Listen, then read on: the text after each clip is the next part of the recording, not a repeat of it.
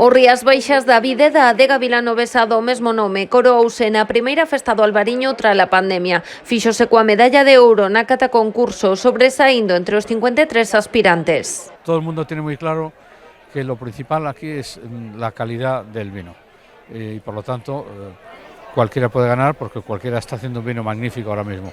Vemos en el mercado marcas pequeñitas que dice, ¿esta gente cómo puede hacer? Por supuesto que puede hacer no solamente un buen vino, el mejor vino.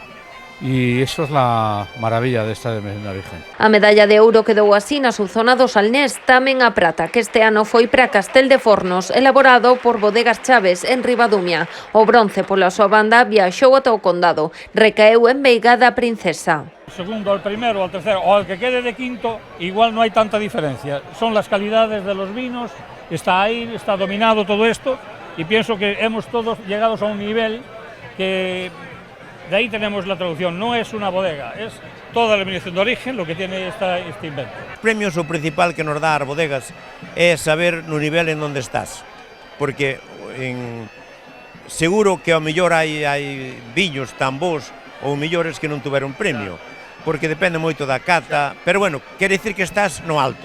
Nunca pode dicir que seas o mellor. Despois de 2 anos nos que a pandemia obrigou a mudar o formato de entrega de premios, nesta edición volvimos coñecer os mellores Rías Baixas do ano tras o tradicional xantar do Albariño. Foi difícil, tuve as súas dificultades, era a primeira festa miña como alcalde, pero ademais era a primeira festa despois de 2 anos sin celebrala, é unha festa diferente por ser o 70 aniversario e que decidimos ampliála a 10 días, facer innovacións como eventos en outros espacios diferentes nos que hasta agora non se facía, e polo tanto foi un reto, pero eu creo que superado.